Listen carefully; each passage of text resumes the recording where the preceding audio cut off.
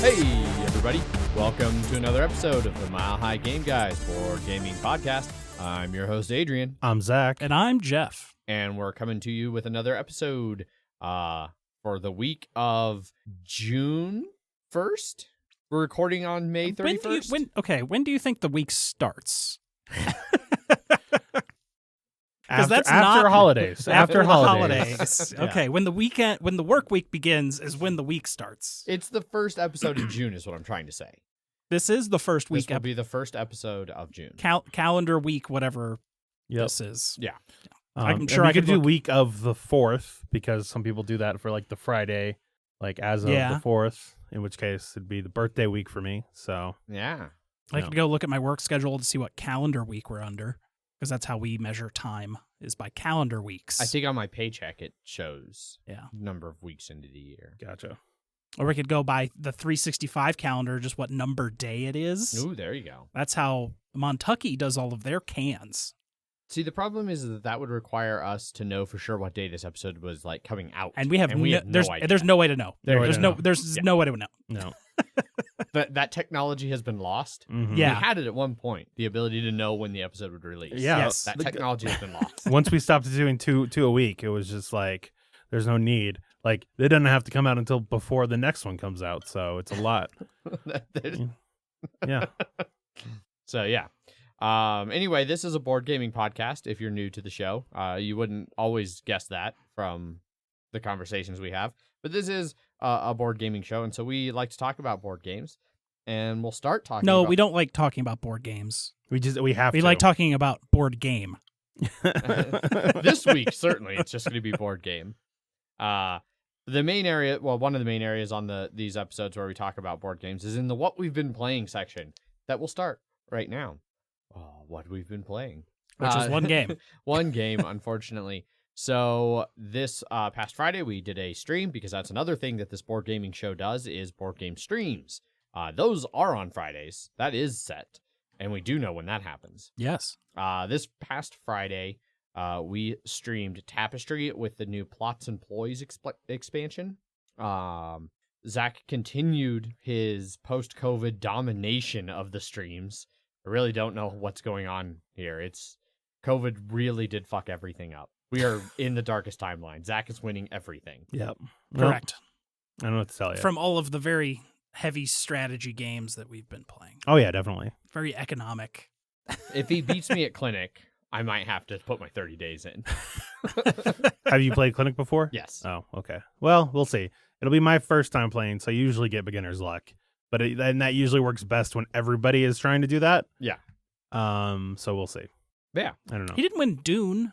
No. Megan won Dune. Megan won. That's Zach, right. Zach Megan got won. I got dead last on dirt Dune. dead last. And that's how I was like, true. no, never again. Never again. That's fair. Yeah. So, but in any game, so it's either been the guest, and if there's been no guest, then Zach wins. Mm. So you're saying is I'm the guest of the hosts. Got it. Yeah. You're the rotating chair. Yeah. Sure. But it was more Tapestry. Yes. It was a small box expansion. Small box expansion that just, like you said, added more. So it added more factions and 6 new landmarks, which are the minis, building minis. Yep. And then it added some more Tapestry cards, which had ways to they did actually include some ways to help when someone conquered you in some way outside just of the a trap card. Yeah, not just a you got trapped, I get a resource, and haha. Yeah. Gotcha. Yeah. Gonna whip that at somebody. I might. It's a wrench. Yeah. If we can dodge a wrench, then we know we can dodge a ball. So we're good I'm there. gonna have to try really hard not to play with the ratchet portion of this game. I know. Yeah. The mics are picking up a lot more today. So Yes, they are. Yeah. maybe you should just put it down. I don't want to. Here, if you want something that's better, here you Here's go. a crumpled receipt. No, that's a crippled Band-Aid. Oh, okay, I case. see. Yeah. Anyway. Speaking of Band-Aids, Yeah. Plots and Ploys. plot, which is more relevant than you would imagine. Yeah. So the new factions, it introduced a bunch of new factions. We played exclusively Civilizations. with new civilizations. Did it have any more tech cards? I didn't notice any new. No tech new cards. tech cards. No new tech cards. No, I mean, there was only one new, not even an addition, but like one new gameplay element, and that was just a landmark that you just, once you fulfilled this objective, you got a building. Yeah. That's the only thing that was like a straight up new thing that was happening. Everything else was just more of the previous game. And that's just And kind of each player gets something- gets one of those that is Yep, drafted exactly. at the beginning of the game. Yeah, in reverse turn order. So if you're Yes. first player, you get last choice and you get stuck with the worst one, and then you lose. Yeah. And I know this because I was first player. I got stuck with the worst one and I lost. There So that's what happens in is- every game, clearly. There is a new solo mode that they added into the game, as That's well true. as a new Shadow Empire, which was kind of like the Automa For like 2 players. version for for 2 players. Which Yeah. Adrian said was garbage, I feel like. When Megan and I played the 2-player Automa, it was hot garbage. Okay. So maybe it's better now. Maybe. I won't be finding out. I will. Good luck. So you were saying when we got done playing that basically your enthusiasm for the game started out the highest and then just quickly went downhill. I wouldn't even say quickly. Like it started out high and then Uh. it started to slip over the next few games. And then, but like once it started to go, it dropped precipitously. Mm. And this did not redeem it in any way, shape, or form. Yep. So our new civilizations, I was aliens. Zach was River folk. I was the recyclers. Yeah. So what did the And aliens do? What new thing did they add for a So civilization? from what I read, the design of these new civilizations was just what gaps did he have in his previous civilizations, such as Jamie Stegmaier of Stonemaier Games, Correct. to kind of fill like new civilization gaps in mechanic wise. So the aliens were a space civilization. So they got the space tiles, which normally come at the end of the exploration track. You got 4 of those at random at the beginning of the game. And then starting from the second income, you would be able to put one of those out. And then every income after that, you would be able to discard one and then pay a resource to put out another one. Unless you didn't pay a resource, then you would just gain a resource for discarding and be able to play another one, because you would have to income at the end of your round with at least 1 resource remaining to be able to discard and play another space tile. Yeah. So that means though that when you discard it to end gain the resource, the next one you get it for, like, you don't have to pay. You don't have to pay Yeah. for that next one. Yeah. If you discarded one that turn, you have to pay. Yeah. Or you can just discard and that's it. Yeah. So theoretically, it's you're putting 2 out with no cost and you get 2, or you're putting 4 out and you get 1 and then you pay 3, so you're losing 2. So normally a space tile you would just get and then it would just be out for the rest of the game, where these will go. And the selection of space tiles I got was not ideal for what space tiles are in the majority, one-time bonuses, like here's a bunch of victory points and resources. And I got a bunch of either a one-time benefit, which was like, go up on the science track and then score points equal to where you are on the science track, which is not that useful. Right. I mean, it's still, It can be up to 12 points. and it's still a free increase on the science track. So I got another one that was like, every time you go up on the science track, you get 5 points, but that you one only get it for a round. So you can get it maybe 3 or 4 times before you've used literally your whole turn of just going up on science for 20 points. Yeah, that's still 20 points. Yeah. Yeah. One You also got a was like- monolith. The monolith, which is a new space tile that's just a little 2x2 landmark, or a 3x2, something like that. 2x2, I believe. Yeah, 2x2. Which is not probably the worst reward you could get from a space tile, because the others are just so good. Yeah. Yeah. Like, what's a 2x2 landmark going to get you, where another one that gives you just like 13 straight up points and resources? And then the other one was like, be able to conquest or conquer for free, or conquer and then score all of your conquered spaces. But by this time, I had been conquered twice by both other players, so Mhm. I had 4 less conquered spaces, even though I was the militaristic faction, which I was able to, when I explored a tile, or a tapestry card turned me militaristic aliens, Yes. which whenever I explored a tile, I would be able to just put one of my dudes on there during that action. So then I just got stomped on or else I would have gotten a lot more points. But Yeah. For me, the river folk, the main thing about them is the impassable terrain spots. So it's like rivers and lakes. I can just build on them. On your capital city. On my capital board. city. Yeah. And I started off with getting a bunch of points. I think it was like 4 for every district that had 2 or more impassable plots. Mm-hmm. But then, so I ended up getting like 28 points. But then at the end of the game, I lost 1 point for every uncovered impassable terrain. So I think at the end I lost 11 or 12 from it. So I still netted 16 points just from that. Sure. But then also every time I covered up all the impassable spots in a district, I got a resource. So if I covered up an entire district, I would end up getting 2 resources. Okay. Especially like on one of the ones, like one of the buildings, it was like a 3x3. Just fucking plop that shit down. And it was nice not having to worry about where I was like having to maneuver shit. It was just, I can plop it down wherever I needed to cover the best spots for me. So, Okay. yeah. But that also gave you a ton of free resources. It gave me a ton of free constantly. resources. Yes. Cool. I was the recyclers. They basically like did a lot of stuff with tech. Mm-hmm. They could keep using tech. Like normally once you get up to the 3rd tier of tech, like that tech's just done. They could bump it back down to the start, which got them 5 points, and then let them like upgrade it to get the bonuses again for it. They were also, whenever they got tech, they could freely take anything from the discard pile. So it seemed meh. There were a couple times it was nice. I think that it's going to be one that like if you get lucky with what tech's available and you can get some really good techs that you want to cycle, then that's going to be great for you. But otherwise, meh.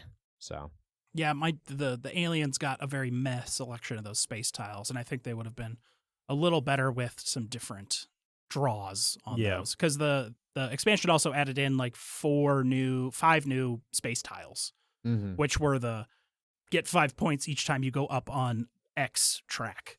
Yeah. And the monolith. Indeed.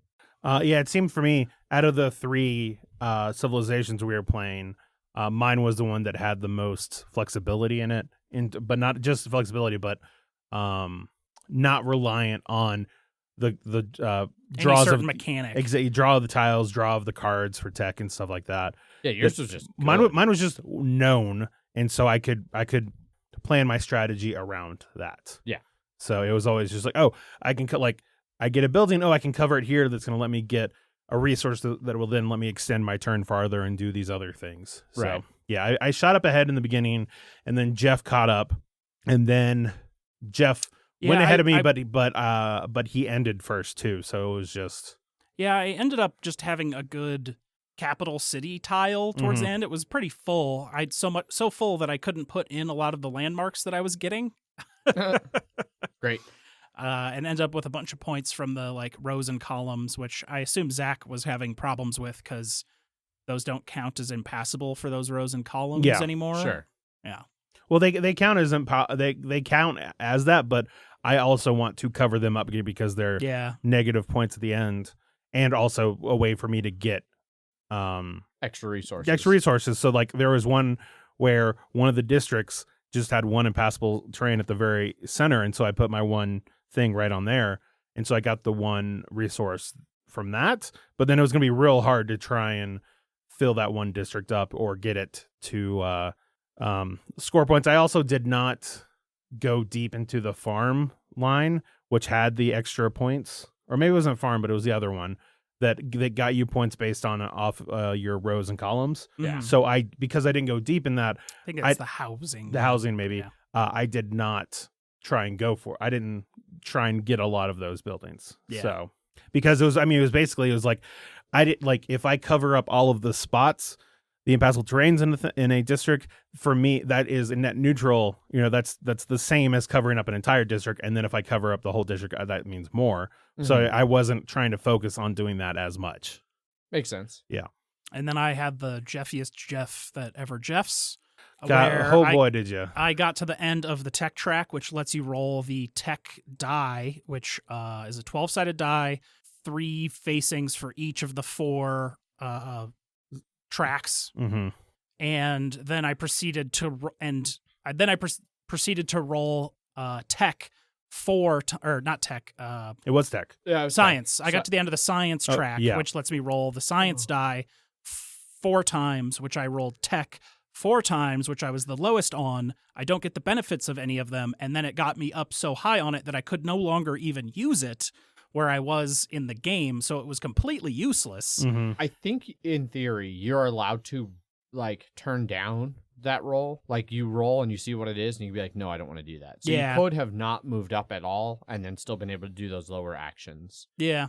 Where it's just like, I rolled tech 4 times and refused 4 times. Yeah. Which still would have been just the worst. Yeah. Yeah. So, like, I wanted to go up on exploration once because that would get me more space tiles. I wanted to go up even on conquest, and I would have gone up if I got up on science. I would have just gotten 5 points every time it happened. Yeah. And if I had gotten the science 4 times, I would have won.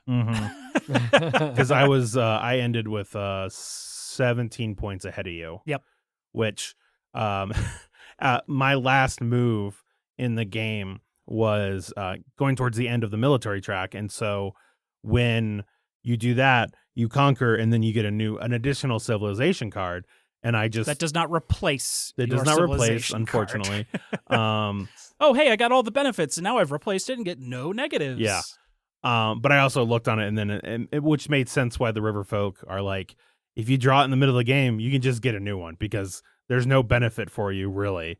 And then so much chance to get negative points off of that. But I ended up getting spies, which they have like on the income track, like 4 different things you could do. And like, it was like, you can copy somebody's tapestry card, copy one of the texts they have, or copy something else. And then the last one was copy the space that they were on. And so I ended up copying where you were on the tech that let me get 18 points. So it's basically I just drew a civ, and it's like, all right, here's 18 points. And so that's where we said that let me win. But afterwards, because like I said, I was 17 points ahead of him. But looking afterwards, so many of the other ways, so many of the other civilizations, I would have been able to get at least a couple points out of it that I don't think there is any way I wasn't going to win from doing that. So it wasn't like I just top decked a win, right? That it was, there were enough ways for me that it didn't feel like bullshit, to me at least. I don't know. Sure. I don't know how Jeff feels about it, but it was the one that gave you the most points. Definitely by far was the them. one was the most points. Yeah. Yes, I will not, no doubt about that. Yeah. But I didn't really look through any of the other civilizations that are in there. They still seem as kind of, I don't know. We weren't wildly swingy. We weren't wildly apart in score No. in this game. Like but how the original civilizations were, where you would have been 100 points Yeah. behind us or something like Yeah, that. you were like Yeah. 40 points or so at the end. Something like that, yeah. And like 20 points away from him. So it was, It kept it a lot. Like I remember one of those old plays of it that was like, I'm 125 points behind the person in second place. Like, yeah. And I think and this does come with a printing on the back that adjusts the original civilizations as well. and it usually just gave you more points. Yeah, So it was like sort of a handicap thing of like, It did change some of them. it did say, like But a the lot of them- futurists, like they start with like 2 of every resource, and this one is just like, all right, well, you're gonna lose 2 of those extra 4 that you start with. So And then some are like start at points handicaps, like yeah. negative 25 points for every other player in the game or something like that. Mm-hmm. Yeah. Yeah. I think if you're someone that likes Tapestry, then this is a good expansion for that because it's Sure. more. Yeah. But it's not going to It's a change. little more. But it's not going to change your mind. That's If you for want sure. solo, this is an expansion for Yeah. that. There you go. That's our thoughts on our stream of Tapestry. And a way to actually tell which landmarks have been taken or not, Yes. which is neat. Yep. Yeah, that was kind of nice. Yeah. Yeah, you can still catch that stream over on our Twitch channel, twitch.tv/MHGameGuys. It'll be up there for another week or so at the time of this episode coming out. And then eventually it'll make it over to our YouTube. But yeah, so go watch. Go watch You Zach can see a camera fall over and Adrian try and repair it while we're Oh, still boy, trying at to the play the game. very, very, very end. Yeah. The game was over. Yep. He's like, no, I'm just No. gonna repair this while you guys play this game. Well, you guys did your final scoring. Like, I was done. I was out. I knew I didn't win. Yeah. Yeah. It didn't help for you, at least, that you were never. You were keeping up with Jeff a little bit in the beginning, But then Jeff went ahead and then just started keeping up with me. And so it was just there was one point where you, like, I think it took like the 120 points for you to actually be like, oh, I'm actually on the same line as you guys. And then we just looped around and it was like, oh, well, that's it. Okay. Yeah. So Tapestry continues to be wildly dependent on which Tapestry cards you get. yes. Oh yeah. It's the name of the game. Mhm. So, cool. Well, that's it for what we played. Yeah. None of the rest of us played any other No, board games this week. the closest thing I have is just more. Somebody mentioned You're So Clever. Is that what it's called? Ganz. Sean Clever. Sean's. Someone mentioned it on Slack, and I was I think like, it was Boyd because he was Boyd, asking yeah. you like what a good score is. So the funny, Like he the said- best score. Yeah, he said like, "What's us score?" And I was like, "Okay, well, if you want to like 325 plus is like top tier, like that's maxing out. yeah, that you're solely dependent on just getting the best fucking rolls Yeah. to get that." Which I was like, "Oh, let me try and get that again." And I've gotten close. I've gotten 323 a couple times, but it's been we just looked at it and I saw that I had 894 games of it played on my phone. Jesus. Yeah. Compared to Jeff's 325, Yeah. something like that. My yeah. dozen, maybe. And then I saw that was like my average score was like 232 or something like that. Okay, that's not too bad because I'm curious. I know that it's not. I think that if it counted all the games that I just exited out because I'm like, oh, this is going to be garbage, it would probably be closer to like 1,200 games or something like that. Because I mean, at this point, I'm only trying to play to get that high score, so there's no reason for me to continue if I get like a 1 in like 2 1s in like an orange, like in the first couple turns. So yeah, Sure. but I do remember that I played the second one and then I played a little bit of the third one, and they just got far too like. And I didn't even know there was a third one. I didn't know there was a There third is, one. and it's like I don't even know what's going on here anymore. I like the first one because of its simplicity, and then like there's a second challenge, like there's a second board of the first one that makes some tweaks to it that I like better. It feels like it is a little bit more I don't balanced. think I even ever played the alternate board. Oh, for you it. should try it out. It's better. But any of the other versions of this, they just add too much Gotcha. other shit that you're just like, what? A lot of like greater than, less thans, Yeah, positive it's- points here, negative points there. Yeah. Okay. Well, that wraps up what we've been playing. And so we move into some banter. So Denver weather update. It has been crazy rainy basically all week. We Not like too crazy rainy, just rainy. for us though, like we're usually pretty Crazy dry around rainy. here. I mean, it's usually hail season, which I've only noticed hail once. yeah, hail hasn't been that bad. But like I saw pictures of like Cherry Creek was like running real hard yesterday. Oh yeah, it was. And then like up by Fort Collins, Sawtooth Reservoir, which hasn't been full in a decade, is full.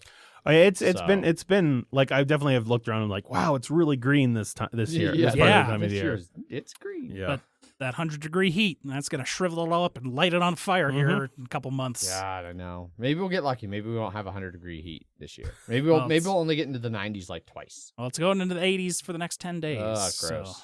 Fucking gross. yeah. Lots of rain. Welcome rain. Mhm. Yeah. Because we need it. Yeah, Yep, and then- because we need it. Yep, and then 80s. Being an adult is just walking around saying, "Oh, can you believe this rain? We Yes. really need it," over and over and over again. Yep. It's really cutting in my time to go to the Home Depot and look at fences. So Yes. No, Megan and I want to redo our yard, and like it would have been great if the rain had waited till we got the yard redone. Because if you do sod, you gotta water it like 3 times a day for the first like 3 weeks, which is crazy. Yeah. So it would have been great if it was just constantly raining. It would be. And instead, it's gonna be like 80. Yeah. Yep.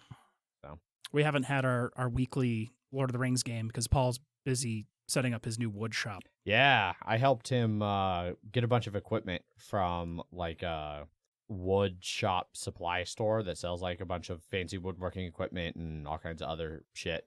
And like, so he rented a big old box truck, and so I went and met him at his warehouse, which he had this is relevant to the show. So he has like an upstairs little office where he's like, yeah, I've got like a 10 by 11 office or whatever. And it was like, are you using it for anything? Could we use that as a remote like recording location? could we move the studio off site so I could have my garage back? And he was like, yeah, if you pay me. Well, then I went and looked at it and it was like, nope. This is not gonna work. Not gonna work. Like, I think with the curtains, like, the space in here is smaller than that room, Uh-huh. but barely. And that room, like, being in a shop and everything would be, way not good. Not ideal. It also and then doesn't our have month- air conditioning. Yeah. and our so- monthly cost would quintuple. Yeah, I don't know what he would charge us. You know. $8.50 a month. Then we flat out wouldn't be able to afford it.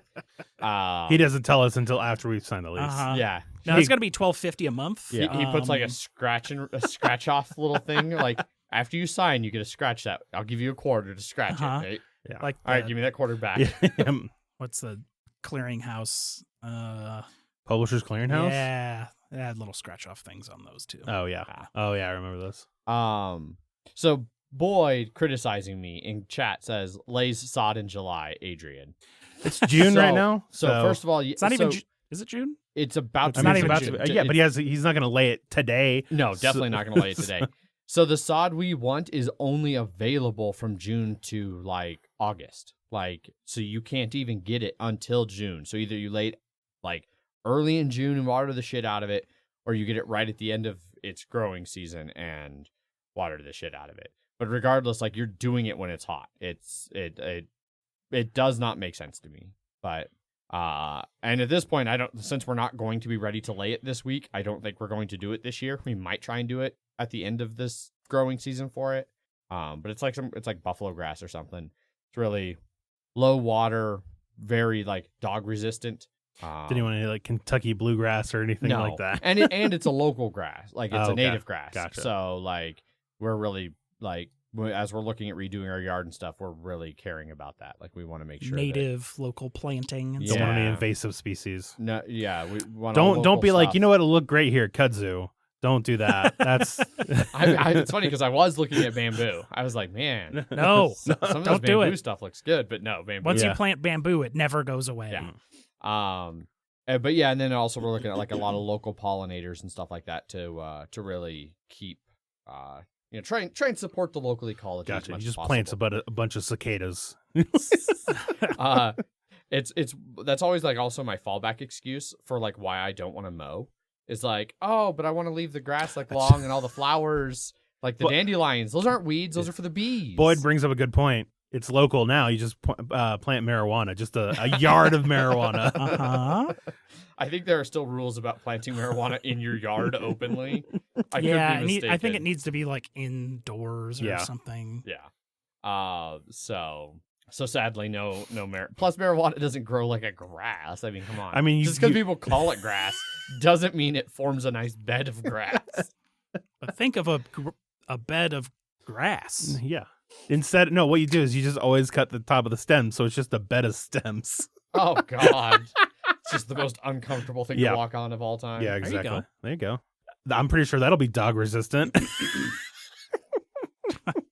Jesus Christ. But yeah, so I don't know. We'll see. We're still probably gonna do some of the work this summer. Like I'm gonna till everything, get all the weeds out there in the back killed, put in some pathing, put in a new Yeah. sprinkler system. We have a sprinkler system, but it's been not maintained for 10 years before we moved in, so it's definitely fucked. Yeah. So It's just Crack full. house. It's just full of a chili paste that is Chili paste? not chili. From Odell. Remember that the spiced mango thing? Oh. The like the straw. Why? Never mind. Don't worry It's about just clogged with spiced fruit roll up? Yes. Is that what you're trying to say? it. That was what I was trying to say. Okay, good. Yeah. I have no idea what That's you're fine. talking about. It's fine. It was bad. It was bad. Imagine a straw rolled in The spiced joke is bad, but also fruit that was roll-up, bad. and then it was. And then dip the straw in it so it's covered in it, but it also clogs the straw, so you can't even use it as a straw. It was bad. It was a bad idea, and when we went back, they didn't have it anymore. They Nice. still had the drink, but that just the drink. Yeah, it was kind of the most not great thing I've ever eaten. Interesting. Not a spicy fruit roll up, just kind of like spiced. Yeah. Weird. Yeah. Very weird. Yeah. Very weird is what it was. No, Boyd, I didn't talk about my cooking because I don't usually brag about cooking on the show because like cooking is very much senses that are not adequately portrayed on a podcast. But I And made Megan a Adrian's- really fancy dinner. And Adrian's talked enough already. And it was good. And I have talked enough already, I guess. I wasted all my talking on fucking yard work. God damn it. You are getting old. Yeah. God damn it. Yeah. All right, Jeff, since I've been talking too much, what do you got? I I played like 3 runs of Returnal.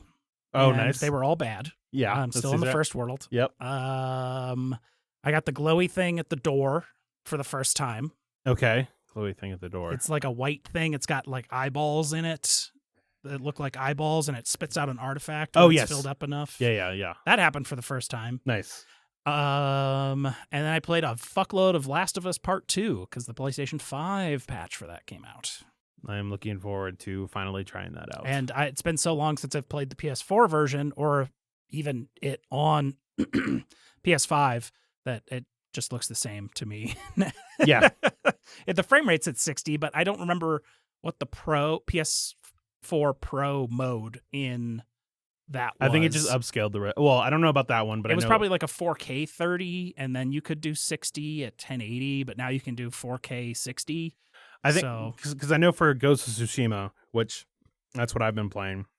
They have the 18. It like the resolution mode for the PS4 Pro was like 1800p. That then would get like upscaled into like 4K or something like that. I think. Gotcha.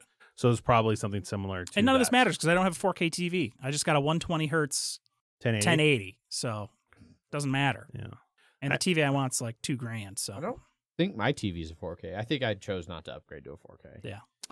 I've got a 4K. If I want a 4K, I'm getting a real nice 4K. Yeah. No, I think I spent like $1,200 on mine like 3 or so years ago. Yeah, and I spent like $1,500 on mine like 9 years ago, something like that.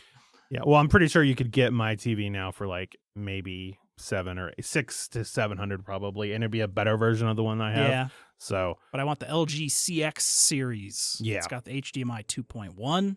It's very nice. Yeah. And I don't know. I didn't really do a whole lot Saturday except that. And then Monday, which is today. Yeah, that's about it. Cool. Work happened. Yeah. So work happened. Work happened. Yeah. I'll pivot off what we were saying. So when I was, I'm continuing to play the Ghost of Tsushima, and I'm like surprised. If you told me it was a PS5 game and you didn't show me any of the cutscenes, and it was just like just the gameplay of it, I would believe you just because of how good that fucking foliage looks in that, and like just the scenic views and the color. It's like it looks fucking amazing, and then it goes into a cinematic, and I'm like, oh, okay, now I can see where it was a PS4 game because they're locked at like 30 or something. Like that. So yeah, the pre-rendered ones are locked at 30, but then also you can tell like the facial animation still isn't up to snuff. But I mean, it's still a real good game. And whenever you do get a PS5 in like 4 or 5 years, it's definitely one that you should like. There are a good amount of PS4 games that you should play on the PS5, I think. Yeah. So, but we also have. Do we actually want to talk about the Cabin Con stuff now that it's? Yes. Yeah. Because we got shit on last time for not talking about it last week, I guess. Well, we talked about it 2 weeks ago. Yes. But we didn't talk about it last week. Correct. And now things are happening. I have no idea. I haven't been in the channel since. Did you? I know you left. Yeah, no, I have not come back. Really? Yeah. Okay. Weren't you still going to try and come for like a day or so? We'll see. Okay. How will you ever know? Yeah. There's no way to know. Well, I assume there will be more information that will come out from outside of the channel. Like now, perhaps. Oh, well, now I don't want to say anything. So we've planned out a cabin con that we have like 18 people going to. We've rented 2 houses in Winter Park. Because enough people didn't want to live at fucking, yeah, like the one house sleeps 24 or something like that, but we decided to rent a second house. That way we have enough beds for everyone. Yes. And it's only like 400 feet away. Which is good. Yeah. Sure. So we'll be having games and people and drinks, and people are planning to play and bring way too many fucking board games. As is usual. Yeah, that's con tradition, regardless of what con. Yeah. I'm going to bring these fucking 50 board games because I want to play them all. Oh, I'm only here for 3 days. Oh, and one of them is going to be a 8-player fucking Twilight Imperium game that's going to take 16 hours. Yeah. I can fit everything else in there. I'll only bring 49 games. Yeah. No, the TI4 is the only one that I have that's like I want to play that, and then everything else will just be whatever. I'm like. going to bring 0 games. Gotcha. I'm bringing a couple games that there's people. no are, reason to bring games to this. Everyone else is going to bring so many fucking exactly. games. Yeah. Well, are we both going to bring Marvel Champions or Is it? It's not going to get played. It doesn't matter. okay? All right. Yeah, like 2% of the games that are being brought Gotcha. will actually be played. Okay. But yeah, we have plans for various breweries, and like there's a distillery in that Well, area. I wouldn't even say plans. Just like those are available. options. Yeah. We got some people coming from out of state. The vast majority are from the Denver area. Yeah. And it's going to be like the last weekend in August. Yes. Yeah. Everything's like scheduled. It's happening. Cool. Yeah. Yeah. Sort of a very early test run thing for something that we would do later on, maybe. Do Yeah. again. Yes. Bigger, better. It'd be hard to get much. We can start renting out neighborhoods. Sure. I mean, this seems pretty cool. I don't know. It's definitely going to be like a cabin hangout, Yeah. like condo sort of thing, but Yeah. except houses. The houses seem cool. I don't know how we're going to get people up there with how many board games are getting brought, though. So we're going to There have won't to be room for people. Well, we're going to have to rent a fucking U-Haul just It's- for the game. no, library. it's when you go up there, you're either bringing yourself and board games or you're bringing people. Well, we're going to Yeah. need parking for 18 cars because Exactly. it's going to be one person per car and their whole board game collection. Yeah. So MHCC, it's a thing. It's happening. It's happening Yep. this year. It's happening in August. You Mhm. can't come because all the people that have already are going, we're all locked in. So next time. next time. Yes. Yeah, I'm real glad we let everybody know about this event they can't attend. Yeah. I'm sure they appreciate it. Yeah. Yeah. You will be seeing us have a fun cabin adventure here at the end of August, as long as everything's not on fire, which is That's the hope, right? yeah, which is totally possible. It like you said, it's 3 months away, so that's plenty of time for it to get super dry and then just Yes, Burn. Cool. So maybe we'll have MH Burning Man. Jesus Christ. All right, somebody make sure to bring the shrooms and the LSD. Yeah, Yeah. glitter, lots of glitter. Lots of glitter. Who's got the U-Haul of glitter? Clothing optional but discouraged. Yep. Let's see. We watched The Quiet Place Part 2, but I know that you are seeing that later today. Tonight. Yes, Tonight. Paul hated it. Paul hated it, but that doesn't mean much. No, If there are two people in this world where them saying they hate a movie does not in any way, shape, or form affect me, it's Paul and it's Ant. Yeah.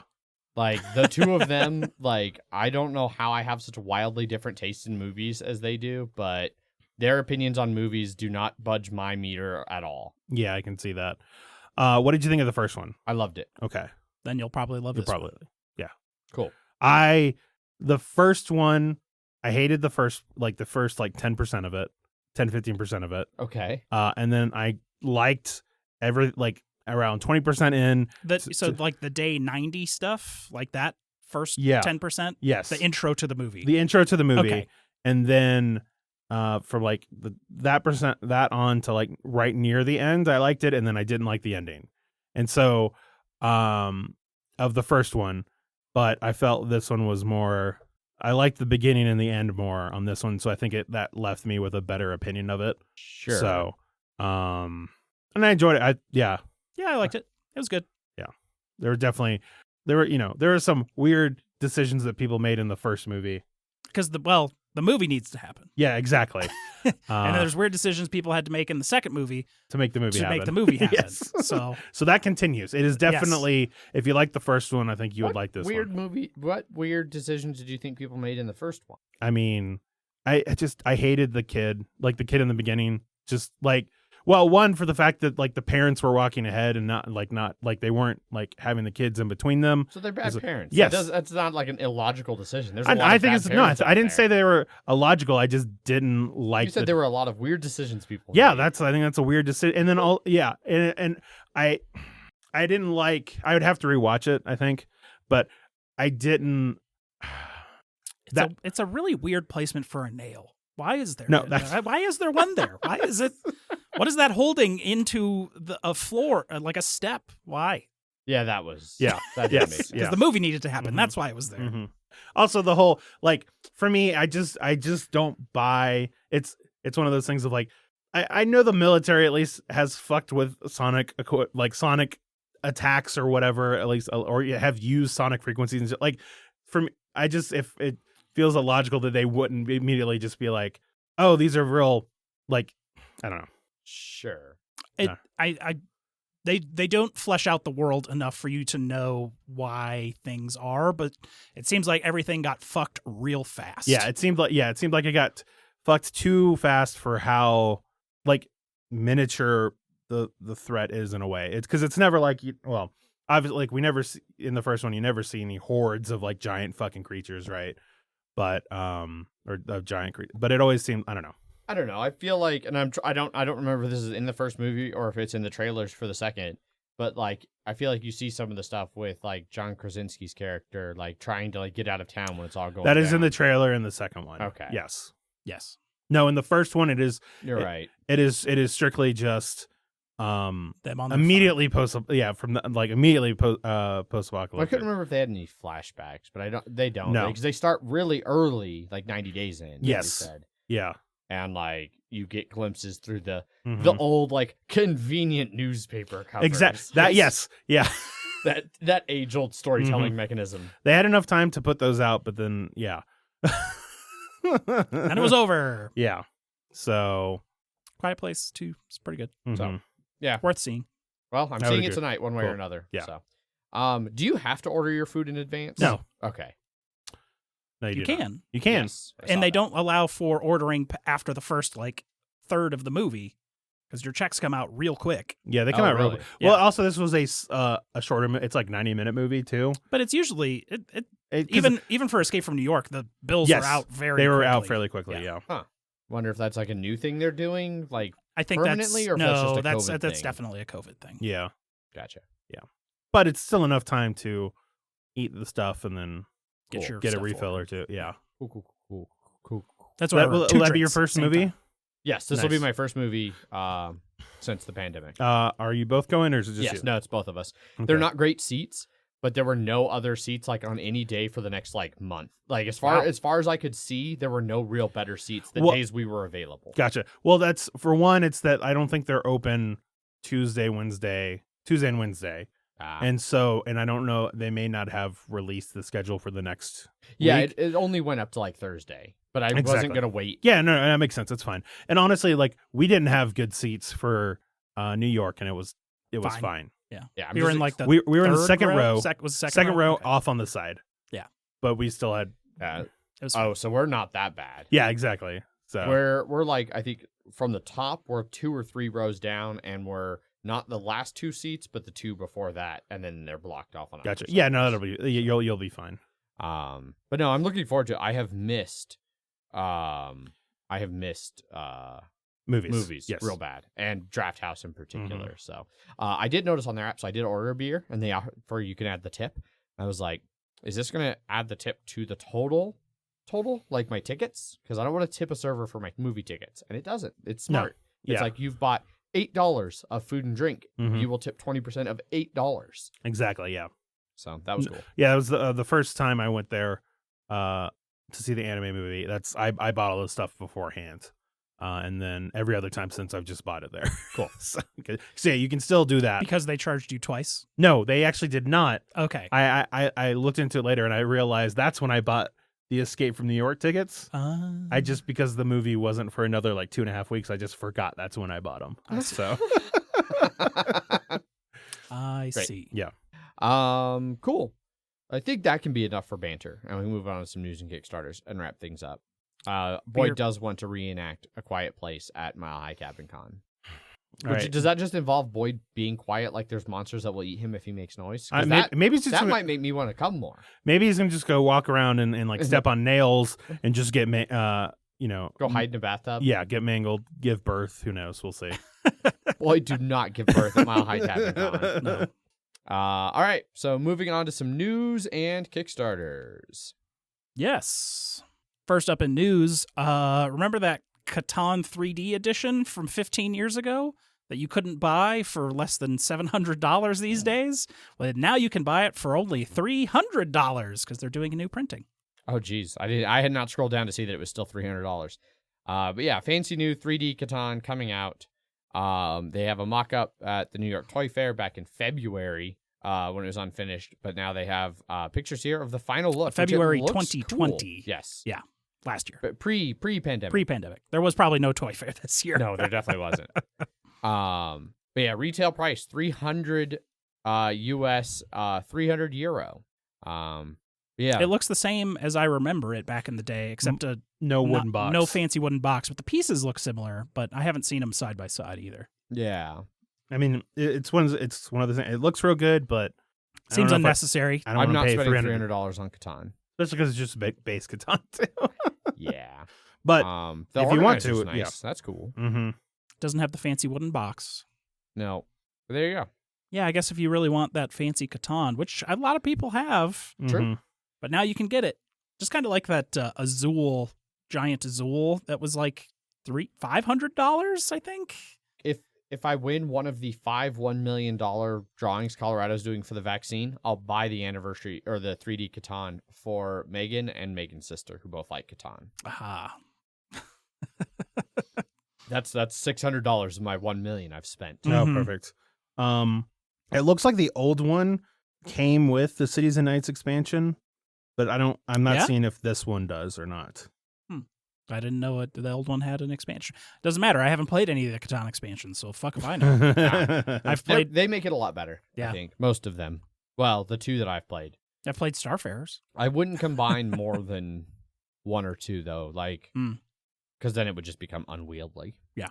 But, yeah, that's 3D Catan coming out soon, second half of 2021. So soon. Soon. August 2021 here in America. Second half of 2021 in Europe. Gotcha. Next up. Next up on news, Marvel Champions, on the heels of their rejiggered rulebook, has announced a new campaign expansion. Since we've already played the first 2, Jeff, I'm sure we're looking forward to the third one. I don't think have I unsealed any? I've unsealed Rocket and Groot, The heroes, the heroes, and I haven't even unsealed Hawkeye and Spider-Woman from the first one. Yep. So I'm definitely getting this one. Yeah, same here. Because we definitely need 2 copies of everything. Absolutely.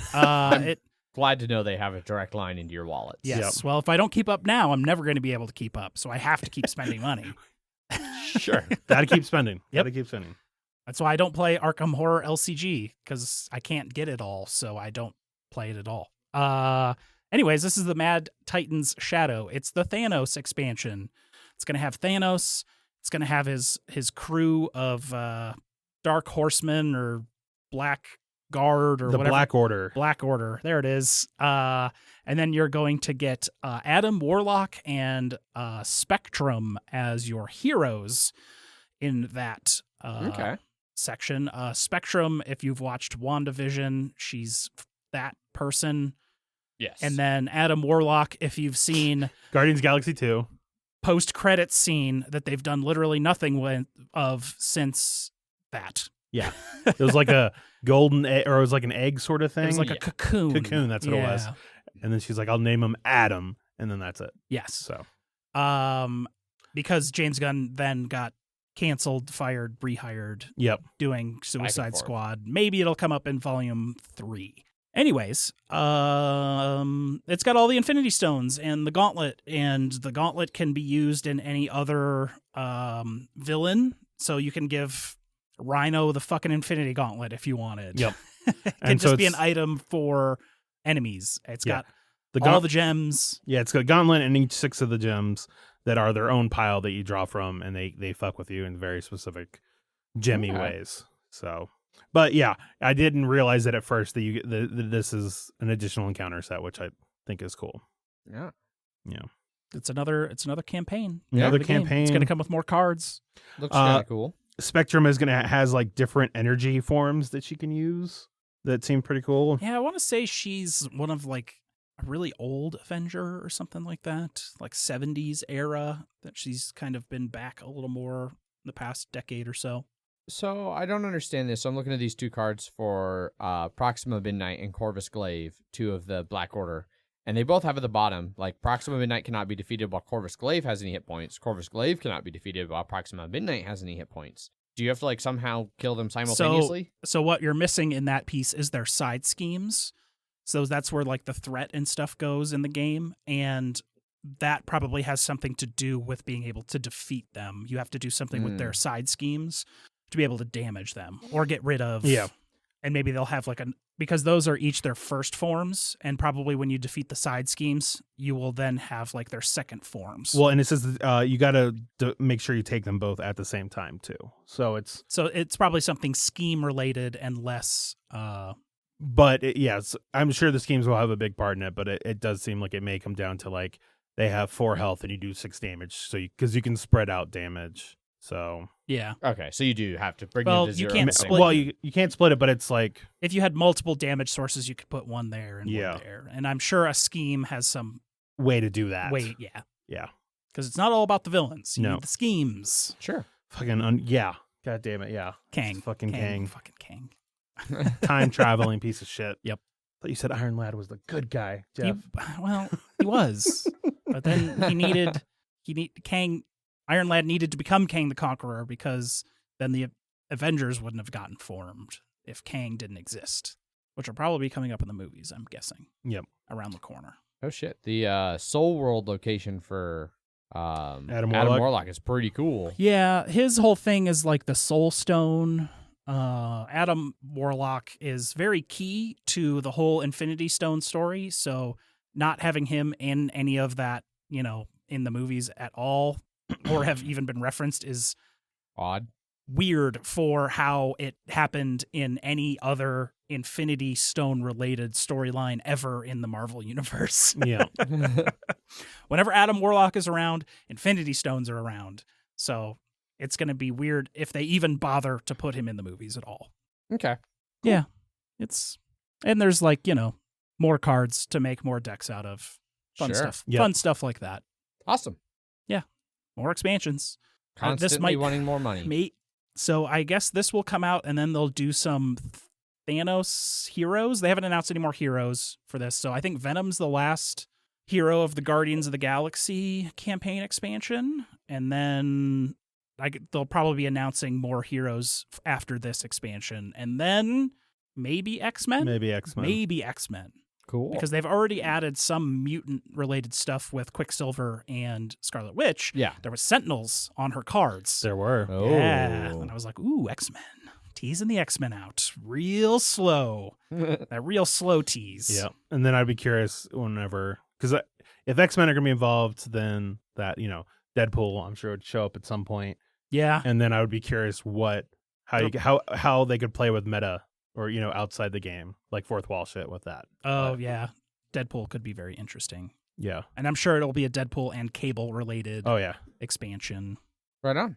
But we got Gen Con announcements around the corner here. So Sure. it's coming up fast. Indeed. So moving on to some Kickstarter, though. Kickstarters. First up in Kickstarter, we have Buurn. Quite well funded. About 51,000 of its $10,000 goal, just under 1,000 backers, a week left to pledge, which you can at its most popular deluxe level of $55. Yeah. Right there. The very hot edition. The very hot edition. So Buurn is a dexterity cooking game, different from other dexterity cooking games like Safranito and Kitchen Rush. Yes. Basically, in this game, you start off and you're trying to grab one of the 5 totems, which will determine like which action you get to take. So it's a race to grab the totems in the first portion of it. And then after you grab your totem, you get to do the actions associated with that totem. So the purchase totem, if you get that one, you get to pay whatever the price is, and you get the ingredients for the auction. So like there'll be some ingredients available, and everybody's going for that totem if they want those ingredients at that price. The tax totem, that one helps you get cash. It doesn't really go into how. Organization is a way to get ingredients. Black market is another way to get ingredients. And the secondary market is another way to get ingredients. So of the 6 options, or of the 5 options, 4 of them are ingredients in some way, shape, or form. And then one of them is money. Because you're trying to make a hot sauce. Yeah. The spiciest hot sauce you can. Yes. By using various legal and illegal means. Yeah. And that's really all they have for like how to play. Is the if you go most up of above the game is the counting down, grabbing the little totems, and then going and doing the actions. If you go up above where the totems were, you're getting all of these different cards. Yeah, for different ingredients and stuff. Yeah, a bunch of different cactus, Carolina Reaper, lemons, And explosives. And they all have their own special little abilities and things like that. That organization one, so I guess that's the middle one here. That one you can get more than just ingredients. You can get ingredients, money, or victory points from them. So, yeah, that's basically the game. Grab the totems to get ingredients, and then use the ingredients to make a hot sauce. Not really sure. Like I don't see anything that look like recipe cards, so I don't know how you actually know what ingredients you need to make your hot sauce. And I think I think they're all like points related, so you're just getting more and more That could be. points for things. Don't you know the best hot sauce is just the ones with the most stuff in it? That is kind of how this game is working. Yes. Okay. Throw as many different hot things as you can and call it a hot sauce. Yeah, that sounds about right. It's from the people that made Kill the Unicorn, something like that. Something like that, yeah. There's going to be a comic for it, so you can get the whole storyline of Oh, phew, good. Yeah, make sure you don't You miss were any of dying, the story. It's got a good style. It'll be one of those party games that people like to play. That this one doesn't seem like it's going to hit the mass market appeal that Exploding Kittens and stuff does, but they are trying real hard. Yes. Yeah. But yeah, that's Buurn with 2 U's. The spicy It's dexterity Boone. game. Buurn. Next up in Kickstarter. Next up in Kickstarter, we have the Blue Collection. Pretty well funded, $20.5 thousand of its $5,000 goal. Just about 600 backers, and only 5 days left to pledge, which you can for all of the games for $49. Indeed. So the 4 games for this, 3 of them you can see right at the top of the Kickstarter: Cyber, Doom Tower, Insert Coin to Play, and 1 Card Dungeon. They have a 4th one, Short Circuit, that is was supposed to be their first stretch goal, but now they announced in an update just today, shortly before we recorded, that it's going to be included regardless of that first stretch goal. And it's they no longer all stretch of these goal. games have won a bunch of awards for solo and print and play and stuff like that. Yep. So they're all put together into this one container. So and each game is basically a deck box, a card, like your standard 52 deck of cards. Yeah. So insert coin. You are using different cards. You get 5 cards, and then you're going to be playing them out, and they've got a shape inside of them. They're like a pixelated shape that has another pixelated shape inside of them, and you get to fill in based on what that shape is. Down on the bottom left gives you like Tetris style shapes. Yes. Polyominoes. Then that's what you get to fill in on your shape. So you choose 3 of your 5 that you're trying to fill in, and then people are playing those cards out, and you get to choose one of the 2 shapes that are on the card to fill in on yours, trying to fill in the ones that you picked. And you basically keep doing that. There's a little bit of like you have health that, like, I think if you can't fill in one of the drawings, you lose a health. And then if you lose all your health, you insert a new coin, and you have 3 coins. So it's like a little bit of a timer to how that goes. So kind of reminded me of Second Chance, but more restrictive shapes and smaller. Yeah. And then ultimately whoever has the highest score at the end wins. Yeah. That's that one. Cyber Doom Tower is I think also multiplayer. I think it's up to 2 players. Because one of these is a solo game. I can't remember which one. I think it's a 1 card dungeon. I think so. So for this one, you're trying to work your way up this like tower, fighting monsters. It's like an old school kind of platformer style. And so you go along the floor doing different things, occasionally having to hide from bad guys, and get all the way to the end of each floor to get the key to move up to the next floor. Then eventually, as you get powerful enough, you can start to fight bad guys, and eventually you get to the top, and you have to defeat the AI that controls all of the machines and save the world. A lot of rolling dice placement. Yeah, and then you get one. equipment that lets you modify the dies and get through the stuff. And then 1-card dungeon. This one is, I think, just the solo game. You have a bunch of different dice that represent different things like skills, energy, adventure, and monster dice. And you move your little explorer die through the dungeon, fighting monsters, using your skills and energy dice to activate like different powers and abilities and things that all have different costs. So you kind of stack them up in such a way that hopefully you can use as many of those abilities as possible.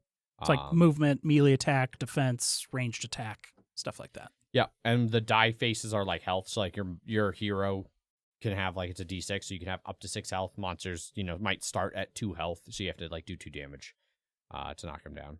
And ultimately, you're trying to get the Scepter of McGuffin for that one. I like the tiles that you play on. It's the floors that you go through are sort of that, Zelda-y look to them, I guess. Definitely. I mean, it's all pixel art. The whole thing is pixel. Oh yeah, so. all of the games are all pixel art. And then the Short Circuit, it is a 2-player roll and write game where you are trying to connect microchips to close circuits and score points. They don't really give more information than that. They just threw that into the update. Yeah, I think it was a game just today. Yeah, I think it was a game they had done in the past that they're just adding to the collection now. I wouldn't be surprised if it gets its own little like spread thing on the main Kickstarter page eventually, but it probably takes a little bit of time to put that together. Yeah. Since this seems like, hey, we got some good news that this is happening regardless of the outcome of this Kickstarter. Yeah. So there you go. 4 games all in one. Yeah. Little pocket games. So Which are nice. As us now being owners of Sprawlopolis and Agropolis. Yeah, amongst others. I have other little pocket games too, like that. Yeah. So yeah, that's the Blue Collection. Go check it out. Next up is Robot Quest Arena. Very well funded, $226,000 of its $25,000 goal, over 8,400 backers, 2 weeks left to go, and you can get it for its most popular all-in pledge of $89. More than how many backers, Jeff? 2,800. Thought you said 8,400. Oh, 2,800. Okay, I really could have sworn you said 8,400. I may have. Okay. There's no way to know. I was like, because I was looking at the backers on the Kickstarter, I was like, that's not at all right. Yeah. Where did that number even come from? Probably because it ended in 4 when I wrote it. Maybe. I don't know. Anyway, Robot Quest Arena is a deck building game where you are building a deck to operate your little robot in a robot combat arena. This is also from Wise Wizard Games and the designer of Star Realms. Yes. So in the world of Rivet, or the city of Rivet, with its different neighborhoods, it looks like Pokemon. It looks a lot of it seems very Pokemon inspired. There's different towns like Cobalt, Amber, Carmine that each have a like fighter mechanic, I think they call it, robot tech. Yeah. And then the robot techs have their own little robots that they fight with. Gameplay is pretty straightforward. It's a deck builder. You get 5 cards. You play your cards to get effects, energy, attack, things like that. Energy you can use to move your robot around the board or to buy new upgrades from the shop. More cards, basically. Attacking, you attack robots depending on various conditions. I don't think you have to be adjacent to all of them. But when you attack them, you take their health cubes, and they become victory cubes for you. And you're trying to get as many victory cubes as possible. Do as much damage as you can. Yeah. If a robot loses all of its cubes, it is destroyed, and it goes off the board, but then it comes back at the start of its next turn with new full health, so you can keep killing it over and over and over again and getting more and more points. Yeah. So there's no player elimination. Yeah. Yeah, so you're in it until the end, and then it's just whoever did the most damage, basically, over the course of that is going to be the winner. They got all kinds of different equipment and stuff. Yeah, there is a base game that comes with the stretch goals for like $49. Mm-hmm. But then there's 3 additional robots you can get with the all-in pledge. Yeah, so they have these robot packs that are full expansions, and I don't know if they're going to release more than just these 3. Probably depends on how well the game does. Yeah. I bet. But basically, each one of them adds like a new mechanic. So Jaws includes the upgrade mechanic, which are just types of cards that when you buy them, they go directly into play and stay there, giving you permanent new abilities. Then And they come with additional cubes and components because each one of these can technically add to your player count. yes, So you can play up to 7 players now with these 3 additional. And I think there is one Kickstarter exclusive that everyone's getting as well. okay, That's in there somewhere. okay. I'll buy that. The expansion 2 that adds a defense mechanic, which is basically their cards that they get red cubes when you play them, and so they're just another source of health. Basically. A shield. Yeah. And then once they knock out your defense card, then they can start actually damaging you. And then expansion 3, which is marked as a Kickstarter exclusive, that adds event mechanics or event cards. And so that one, when you get an event card, it goes into play and it affects the game in general. Like one of them, they have here free samples. Each player may acquire a rivet gun or an advanced battery and put it into their hand. Or like translocation, whoever plays this event can swap places with any other robot on the board. Like, so they're just little things that kind of affect what's going on the center board where your robots are fighting. Then they have a bunch of other promo packs and things that add more cards and tiles and stuff like that. And yeah. And then any backer gets that. Indeed. And so yeah, that's it. Pretty standard deck builder with a little bit of robot smashy smash in. Yeah, they don't really the middle. show the board very much. There was somewhere where I saw a brief glimpse of it, and I'm trying to find it again here. But it looked like it was like, so kind of here you can see in the back, like it's like just a big, I don't know, 6x6, 7x7, 7x7 looks like 8x8. 8x8. Nope, 7x7. Yep. You were right the first time. Yep. Board that you move around on and fight on and stuff. Yeah. The robot minis look neat. Indeed. That it do. Cute.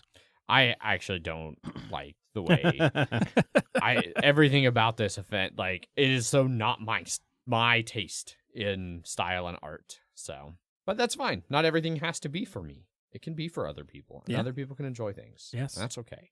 Robot Quest Arena Deck Builder. If you're interested in looking at that your own self. Yeah. Last up on Kickstarter this week, we have The Witcher Old World. Extremely well funded. $3.9 million of its $305,000 goal, which is pretty high for a goal. It is, at least. It's not like a $50,000 goal. Over almost 31,000 backers, and about a week left to pledge this one at its most popular pledge of $153. Yeah. Damn. Tell us how you play this game, because this page sure doesn't. Yep. No, I have no idea. So, Jeff, you watched some videos. I think you have a little bit more of an idea. So you play as a Witcher that you create, or there are some pre-made ones. They're from the different Witcher houses, like the Geralt's from like the Wolf House or whatever, school of fortress monastery Witcher training or whatever in the lore of the Witcher. And then you're just going out, you're exploring the world, you're brawling with your fellow Witchers, you're upgrading various stats and fighting monsters, and you're getting trophies and having like location encounters. You're moving around the board with your hand of cards. It's not really a deck builder. You're getting the cards and then you're spending the cards and trashing the cards. And then like the cards will have certain icons to move to certain spaces on the board, and depending on what space of the board you are, depends on which kind of encounters you can get. Yeah, the only way to learn this game is to watch a 1.5-hour playthrough video where they do not explain the game, they just play the game. Yeah. So that's the only fucking video in gameplay, yeah. Yes. There is no rule book. But boy, is there a fuckload of miniatures. And if you care about anything in this Kickstarter beyond the miniatures, you're in the wrong place, I guess, because the miniatures are what you're here for. Yeah. If you like The Witcher, it has all the monsters from The Witcher, and it has the Witchers, and it has a lot more minis from The Witcher. It even has a game mechanics like section 2 that's very, and with like gifs of things moving around, but they're just like, become a Witcher, train like a Witcher, build your deck, and then brawl. Yep. And you're like, okay. Sure. Yeah. Sure thing. Yeah, this is a game that will be coming out for sure. Who knows when this will happen, but what I think June 2022. That's what they're saying. So year. One year from now, this game will be to you. No. No. With all of its pre-rendered minis, no physical much in there. I mean, the game had to have been physically played somewhere because they have a gameplay and there are minis there. So they're all... And they have various people talking about what they like about the game, but... Yeah, there is a copy prototype going around somewhere, but we're looking at 31,000-ish copies coming around the corner here. Yeah, and then the encounter system isn't my favorite, which is like, I'm going to go here and I'm going to get this sort of location. Now, Zach, please read out what happens. And it's very much like, an herbalist told you there's wolfsbane on a cliffside. Do you climb for it? Yes or no? And then you're like, yes. Okay, well, you fall, you lose a trophy, and gain 2 potions. Like, there's no test to see, like, if anything happens. It's just kind of like an A or B scenario. Yeah. And then, like, building your deck, I mean, it seemed like you were trashing a lot of stuff. Or, like, in that encounter, it was also, like, if you can't lose a trophy, trash your highest cost card in your hand. So, and trash means out of the game. So... Like, even if you're building a deck, you are forcibly losing cards. Good cards if it's things like the highest one in your Yeah, deck. if you don't have a trophy. So, yeah. Didn't get into any of the monster fighting in the how-to sort of thing, but there are reviews and such out there. Yep. This is the 3rd big game they're bringing to the international market. And the other ones were much smaller. They're like 150,000 euro. So 20 times as much at a minimum. Yeah, and their other 2 games were Titans and... Titans, a historical fantasy miniature board game, and Valhalla, a card game for 1 to 6 players. Indeed. So yeah, that's The Witcher Old World. Yeah, if you want minis and like The Witcher... I mean, the minis do look... If they come out looking anything nearly as good as the renders... And as we all know, they won't. They won't, yeah. Well, that's right, nearly as good. They come out and they won't be as good. And I feel like I didn't hear good things about the Witcher game from, was it Fantasy Flight that did it? That was pretty old. Was it? Yeah. I thought there was one that came out a year or 2 ago. Not that I'm aware of. I know there was an old Witcher game. Let me rephrase that, 2 to 3 years ago, because I know it didn't come out last year. Right. The Witcher Adventure game? Yeah. I want to say that's 2014. 7 years ago? Yeah. Wow, okay. I own that game. Way back. Okay, well, I feel like I didn't hear great things about that one. Well, so. it's mediocre. Okay, there you go. There you go. That's it for Kickstarter. Yep. And crowdfunding and news and Kickstarter and all of that. Yep.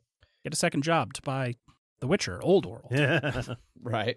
I don't think we had any new emails. Emails, no. No new emails. Still no Kaiser email about all of my wrong-headedness about Michigan and Indiana fighting a war. He's loading it all up for a real blast. We can only hope. Or he's just moved on and forgotten about us. That's fine.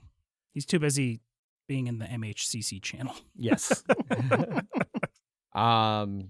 We did have a new YouTube comment, however. A continued YouTube comment. Continued, yes. So this is part of a continued back and forth discussion that we've been having. At least a month long at this point. So this comment's on episode 229, last week's episode, Aggressive Beefing. It comes from Paulo over in Paulo's Corner. And so he had been criticizing our pronunciation of some French words, sent us some videos how to pronounce them on the show. If you've been listening, you've heard all this. So he replies, Lee Harvey is amazing. Of Le Havre. Lavre. Lavre. Ha ha ha ha. You guys said it perfectly in that new segment, How to Pronounce Things in French. Yes. Like toi. Toi. Yep. Trois. Zach does not participate. No. not because then he just has to edit it out. Yeah, So exactly. why make more work for himself? Exactly. Yeah. Yeah. Because we've established the things that I'll edit out, and usually it's me being wrong about something. So Yes. So it rarely happens. Look but forward to not knowing why we're talking about The Witcher coming out 7 years ago, and no reference to Zach's saying it came out Yeah. like 3 or 4. No, I'll edit it to where Adrian is the one that says it. I so, see. Okay. yeah. Adrian, your voice sounded like Zach there at the end of that sentence. You're getting pretty good at your Zach impersonation. Yeah, exactly. But yeah, that wraps up the episode. If you would like to get in touch with us, there are a whole bunch of different ways to do so. You can send us an email. Emails at milehighgameguys.com. You can find us over on Twitter, where I tweet under @MHGameGuys. I am Zach_MHGG. I am Jeff_MHGG. We have an Instagram account at MHGameGuys. Facebook.com/MHGameGuys if you want to give us a like over there on the old Facebook. Our website, milehighgameguys.com, technically still exists, but I recommend going to punchboardmedia.com instead, where you can find our more recent episode posts, which include links to things like all of the news and Kickstarter items we talked about. So if you want to go check out those Kickstarters that we talked about, go to punchboardmedia.com, go to the episode 330 post, and boom, there will be links to all Episode of those 330. 230, sorry. 100 episodes in the future. 280. It's just because I'm sure we've done 330 episodes. Oh, I see. Yes. I see. Yeah. We've released more than, So- Numbered episodes. But yes.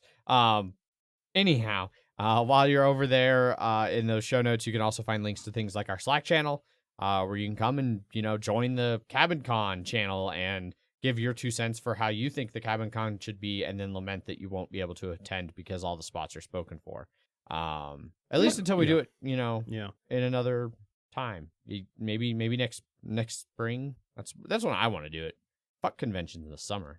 I don't like that. Well, spring has passed, so that's why. Well, yeah. Yeah. Maybe we'll do it twice. I don't know why there was. Maybe we'll do it 4 times. Sure, maybe. Jesus Christ. 366 entries is how many that we've released. Sweet. Yeah. Now we know. One a day for a year. Is leap how- year. It's leap year. That's a leap year podcast. That's a leap year. You could in the next leap year listen to 1 episode a day, and have just enough. Some of those days are going to be like, oh, that's rough, but yeah. Anyway, there's also links to things like our BGG guild number 2731. Over there, there is an old thread for asking us questions, for like an ask us anything kind of thing. We'll be doing one of those episodes, I'm sure, coming up here pretty soon now that we're back in the studio and back to our old ways. So go over there and ask us any new or updated questions you might have. And then there will be a thread up for this Friday's episode /stream, which is going to be a new top 10. We're going to do the top 10 games that got us through the pandemic. So we're going to talk about the board games that we played that helped us find our way through the last really shitty year and a half. And if you want to jump over there and jump in that thread and leave us, the things that the games that got you through, maybe things that you played solo while you were in quarantine or with a significant other or with kids. And hope you listen to the episode in the less than 24 hours that'll be out by the time we record that. Yep, 100%. 100%. So yeah, that's it for this episode. At this point, this show is sponsored by our awesome patrons over on patreon.com/milehighgameguys. So if you want to support the show, that's how you do it. We don't have any corporate sponsorship anymore. We broke out of the corporate life. We're back on our own. Yes. Yep.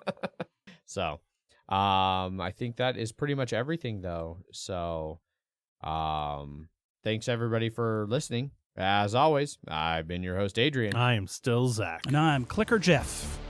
Bye. Bye. Bye.